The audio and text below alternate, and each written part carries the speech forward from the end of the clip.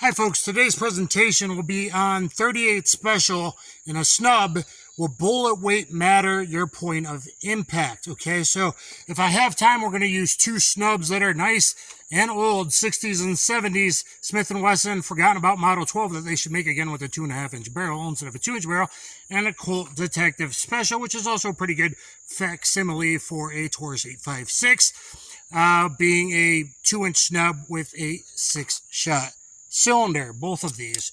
So what we're going to do is move back to, I'm going to attempt at 12 yards. That will give you the best point of impact shift that is still somewhat realistic. Now, I believe 38 Special and later 357 Magnum were pretty much designed around 158 grain bullets, so a lot of snubs are regulated, especially the old ones, 258 grain ammo, Atlanta Arms, semi-wad cutter. Then we're going to go to some Paul Harrell ammo, Remington, 125 grain plus P, 38 Special plus P, semi-jacketed Hollowpoint. And then we'll do two each of this Fiocchi 110 plus P XTP JHP. Gun Sam sent these to me. They did not expand, so I don't really have a use for them anyway, but figured this would be a good stand-in to see if buying some critical defense 110 plus P, which is a great round that expands, but you got to check your point of impact when going such lightweight. So this will be a good facsimile for me to know how big the difference is, and maybe for you as well, though each individual revolver is going to be different. Most people, you'll probably be good to go with 125 plus P. I know a lot of people like the 135 grain short barrel gold dot, but unless you're in law enforcement, that's very difficult to find. Again, the critical defense 110 plus P is great if the point of impact isn't way far off. Now, in a defensive gun use, you're far more likely to need it in the 2 to 5 yard range as a civilian. I was going to do this at 10, but I think we're going to even see more of a variance at 12. So the data might help some people better. That's certainly not, it's an outlier, but 12 yards wouldn't be so far out that it wouldn't be valuable information to have. I'm going to start with the Smith & Wesson. I did 6 rounds warm up in each, and I already filmed a Paul Harrell 357 Magnum revolver hit higher with 38 Special ammo. Kind of taken off his. He did a 4 and a 2.25 inch Ruger. I did a 3-inch Ruger GP 100. The results are pretty surprising. You're going to want to check out that video as well. So we're going to go 12. The Paul Harrell video, he cocked a single action, so I did as well. In this, I'm going to see if I can stage the triggers. I might have to switch to single action. We'll see. We'll go at 12 yards. In the warm-up video, one was completely dead on accurate, and one I didn't shoot as well. I shot the Smith & Wesson quite a bit better, at least with those 6 rounds of warm-up. Okay, now, here we go, 12 yards, starting with the 158 grain.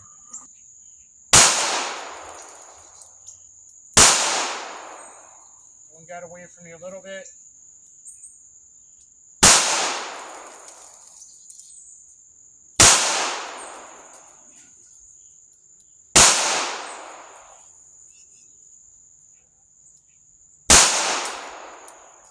All right, let's see how I did with the Smith & Wesson Model 12 and 158 grain semi-wad cutter. Now, I'm not that great a shot. That must have been the second shot, I'm guessing, if it got away from me. So, yeah, I'm staging. But if we take the best 5 out of 6 here, and in the Paul Harrell 357 video, the best 5 out of 7, in that case, you'll get a good idea where they hit. And that's pretty much point of aim being pretty much right here, lower kind of 6-hold, kind of combat hold. Point of aim, point of impact. I mean, those are all 8 ring, 5 out of 6, or 8, 9, 10 ring. One throwing really bad that got away from me. All right, let's see how the... actually, let's change bullet grain. We'll stick with the Smith & Wesson first in case I run out of time because I got to go work armed security tonight. So let's change ammo. All right, so that was 5 out of 6 and one my bad that got away from me being there. But 5 out of 6 there. And now these are 357 from the other video, so be aware of that. We're going to go back again to 12. I'm going to do the same thing with the same pistol with 125 grain semi-jacketed Hollowpoint ammo. Here we go.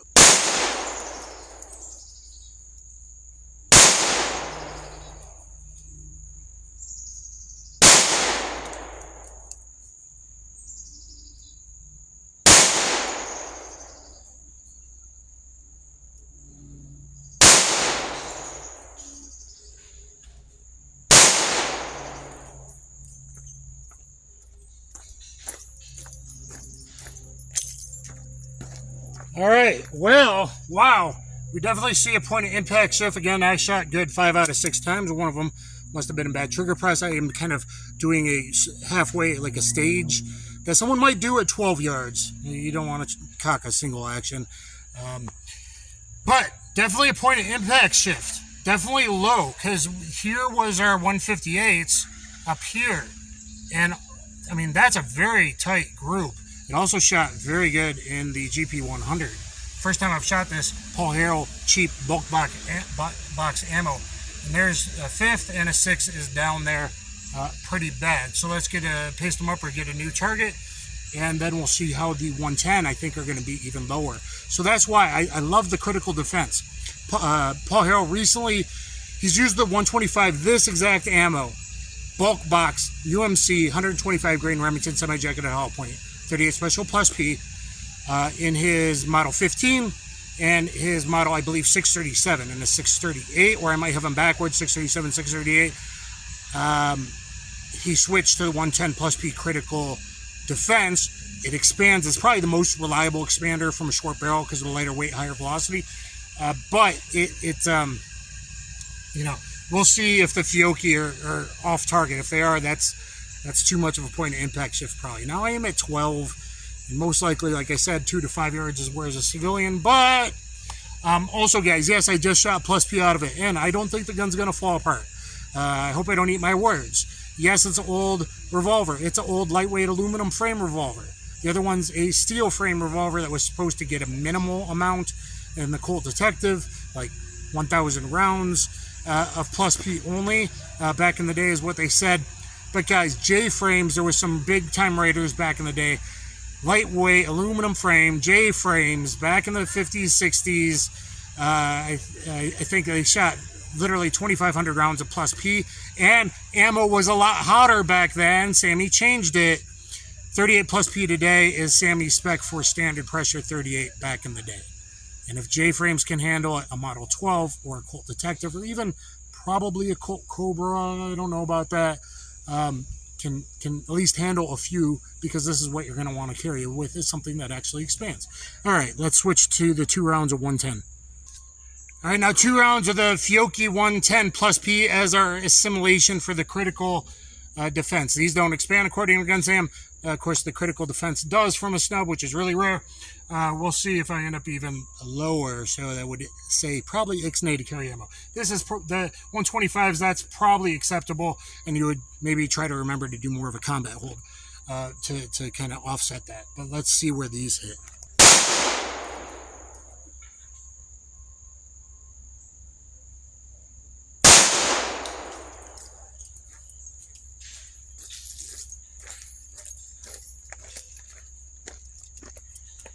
And as actually expected. So you definitely, if you go down to 110 Plus P ammo for your snub, guys, you're going to have to check your point of impact.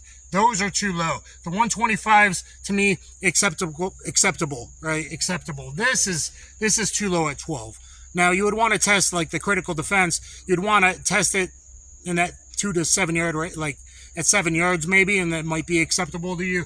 But this probably says, at least in this old snub, to the non-adjustable sights, that might preclude you from using a 110 Plus P, so you might be better with a 125 Plus P, or even a 135 grain short barrel gold dot, but even those sometimes don't really expand from snubs. So, very interesting. Let's paste up here and try the Colt Detective Special. Alright, Colt Detective Special, same thing. We're starting with the 158 semi-wide cutter.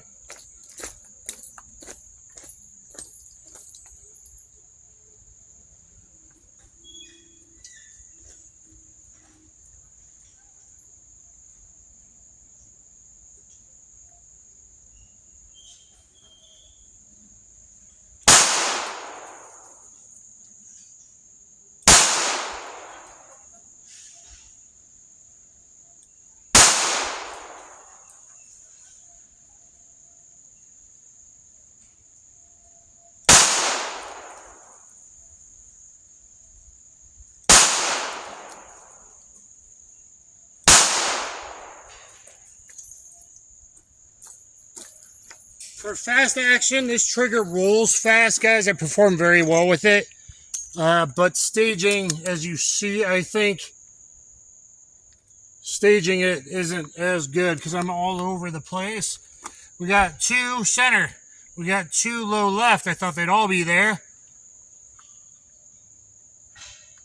And 1 hit where I had a previous pasty. Hit the side of the pasty and made another hole there. So 1, 2, 3, 4, 5. And oh my God, where's the 6? I think the 6 is actually right there. That looks too big. And that was 110 plus P. The other one made a nice circle. So yeah, 1 on top there. So 1, 2, 3, kind of acceptable, only a little low. 1, 2, 3, 4, 5 here, and 6. So is this revolver not as accurate? I'm going to go back and redo this to see if we can confirm our results or if it's me not being able to stage this trigger. It's not a stageable trigger for me. So let's check and stick with the 158s before we move on. All right, let's attempt single action 12 yards with the 158.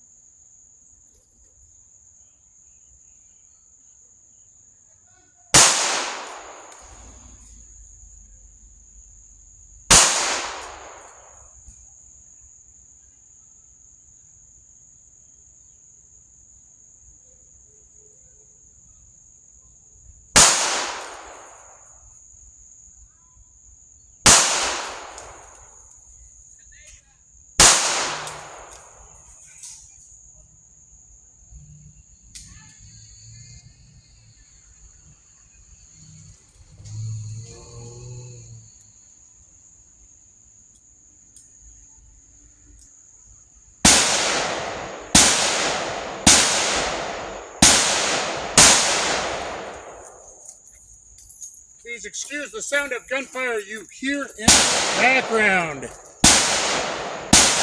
And single action only did slightly better. It's a sheriff getting busy over there. Alright, so only 2 there. 1, 2, 3, 4, 5, 6. I mean, those are all close to the spine and in the bigger 8-inch pie. So those are still pretty acceptable. That was single action. Both, I only got 2 on there. So maybe, I don't know. Guys, you might want to look back at, I did 2 parts of these revolvers versus each other. Colt Detective versus Smith & Wesson Model 12. So I did those 2 videos. I've done a realistic training video, Shield Plus versus Smith & Wesson Model 12. And Colt Detective Special versus Ruger Max 9 Pro, which is the best pocket revolver versus auto. So you're going to want to check those out and see how they perform in more realistic clothes. Alright, now with the Paul Harrell 125 gram Summers jacket at Hollowpoint 38 Special plus P. And guys, remember Colts rotate clockwise. Smith & Wesson, Ruger, most of the rest rotate counterclockwise. Okay, so here we go.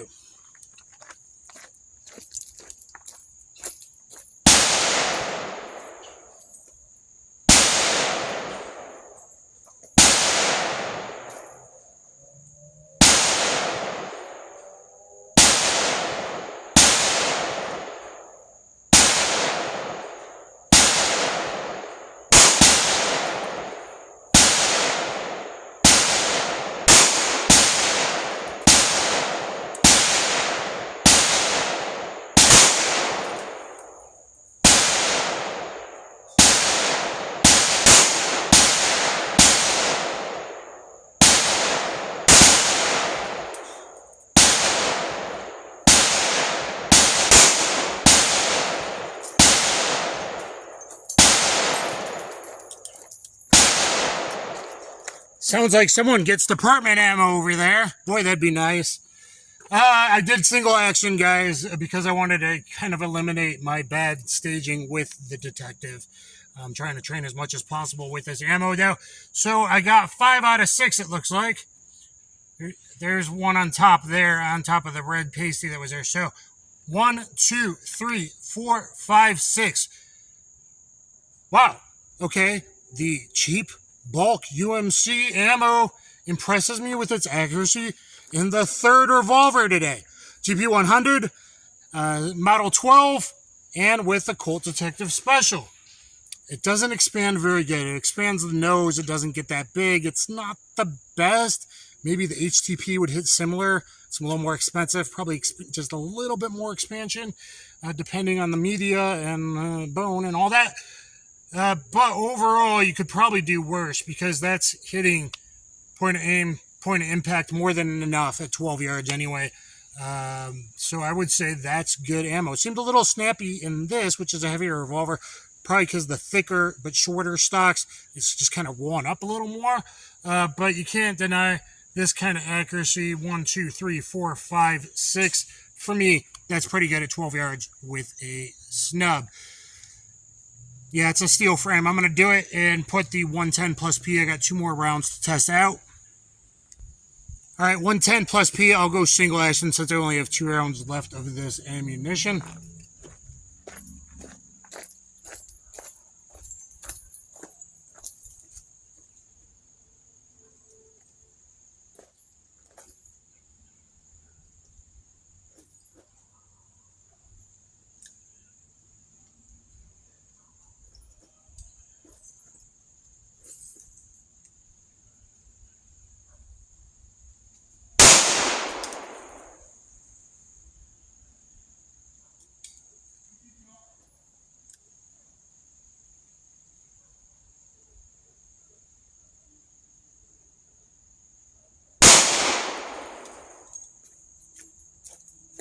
Alright, came up a little bit more like a combat hold there.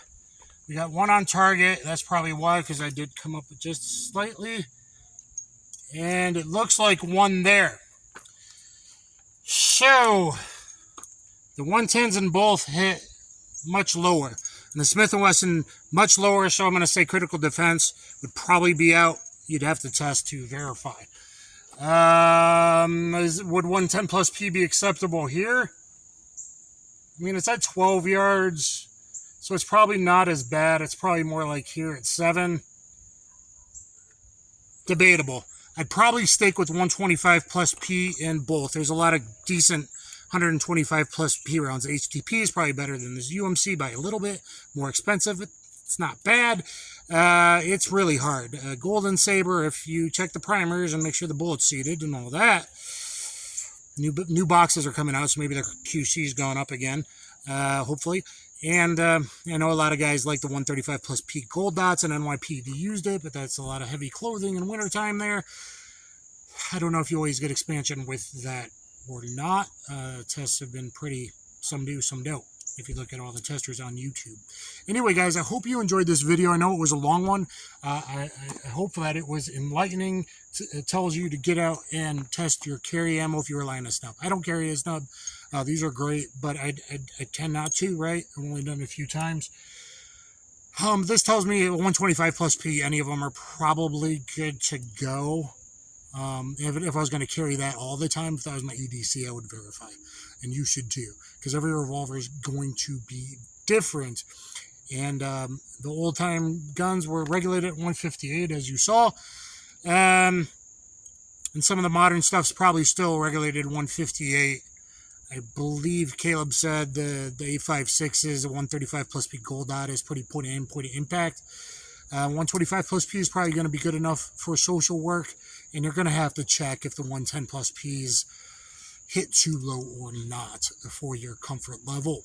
So, please check out the 357, the Paul Harrell like 357 revolver. Does 38 special ammo hit higher or not? You're going to want to check that out. It's pretty surprising results of 4 different types of ammo, 2 each 357, 125 and 158, 2 each 38, 125, 138. So please check that out. Please let me know what you think in the comments down below. Have you verified your point of impact with your carry ammo in your snub or your revolver? Especially, or even your autos? Pretty important to do. So anyway, guys, let me know what you think in the comments down below. Thumbs up, share, subscribe, even though I've been demonetized and, you know, totally hidden in the shadow realm, and that's totally not fair, but that's the way it is. I still decide occasionally maybe I'll bring you some videos that I hope are educational, entertaining, hopefully, entertaining and educational. Time to go home and probably throw on a vest considering the date that it is today, even though I rarely do, and load up a gun and go to work. Anyway, guys, take care, and I'll catch you on the flip side.